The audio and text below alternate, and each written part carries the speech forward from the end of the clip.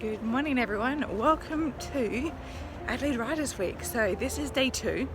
I didn't do too much vlogging yesterday on day 1. I got a bit of video, but it wasn't too much because I basically arrived and I met up with lots of lovely people and chatted.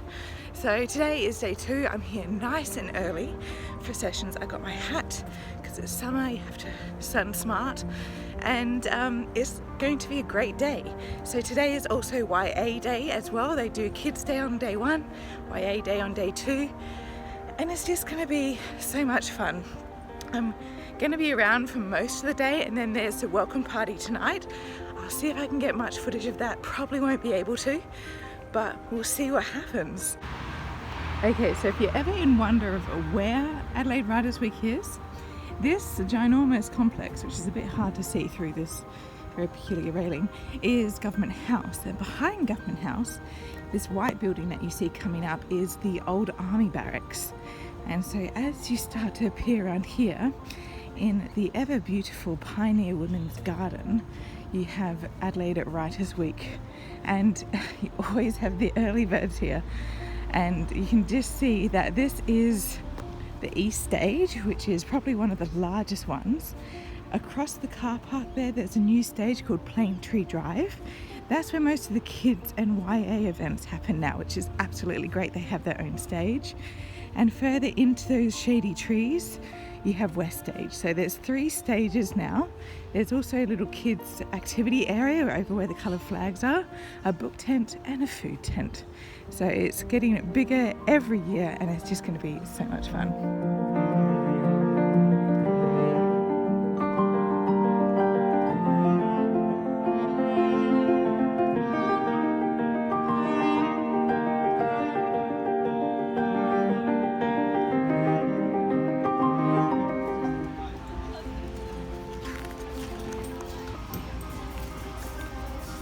So I went to that was really fascinating. But the best thing about the actual brochure itself, it goes through all the different authors and what they'll be talking about and gives a brief rundown. So if you don't know who they are, it is quite fun to do a little read up. So this morning I'm going to go see Sanam Maha, A Woman Like Her. And then I'm thinking of going to see The Way Through the Woods. There's also YA authors on this day as well, and a poetry slam. Sounds amazing, and it just goes for the whole week. But another amazing thing that they did for this year is they actually did a full layout program. It's so excellent. I just love it. You can just cross and check, and it's just a quick reference just to find what stage it's on, what time, and see which one you can jump and run to. So it's just such a compact little guide and perfect to go through whilst you're eating breakfast.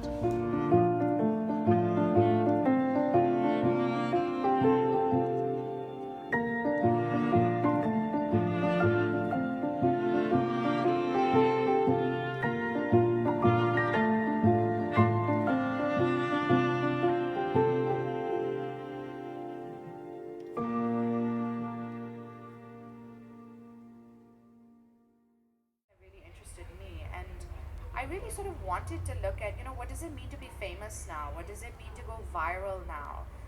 What exactly are we doing online? Our social media selves and our real life selves, I think increasingly they're not so separate anymore. One is spilling over into the other. In some instances, people find it easier to express themselves online or to be themselves online. So those were the sorts of questions that I really wanted to think about. In a way.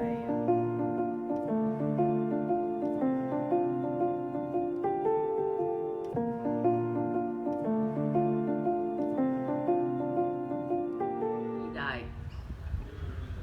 It's difficult to know, but that is the job of the mourner, to redefine the identity when one important element has been removed.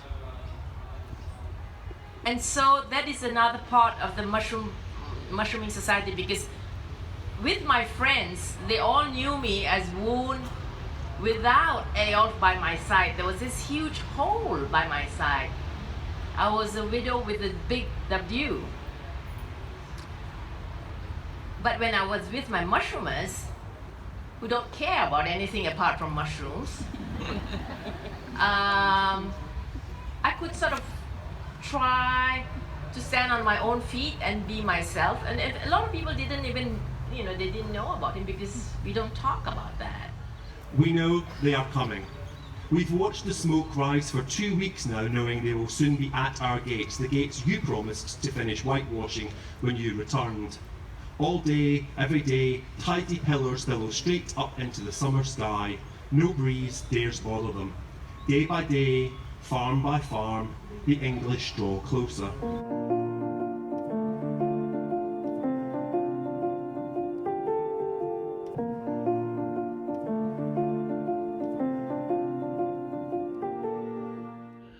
And I didn't realise this until very recently, but I spent my entire life making myself as busy as possible. Yeah. So that I could kind of tick things off. Yep.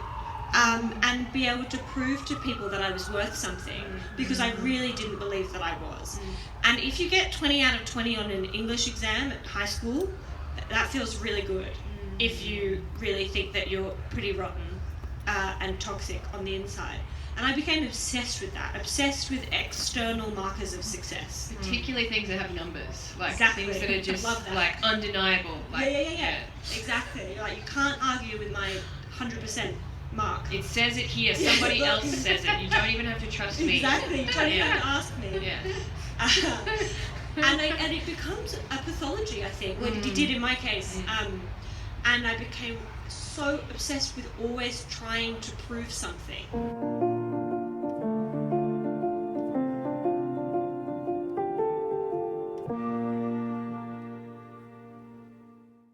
Cases, and in the States they've had this understanding for more than 20 years in the movement.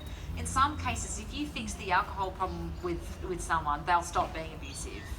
And women have known that for a long time, and they've gone to the sector and they've said that, but it doesn't really align with the ideological position.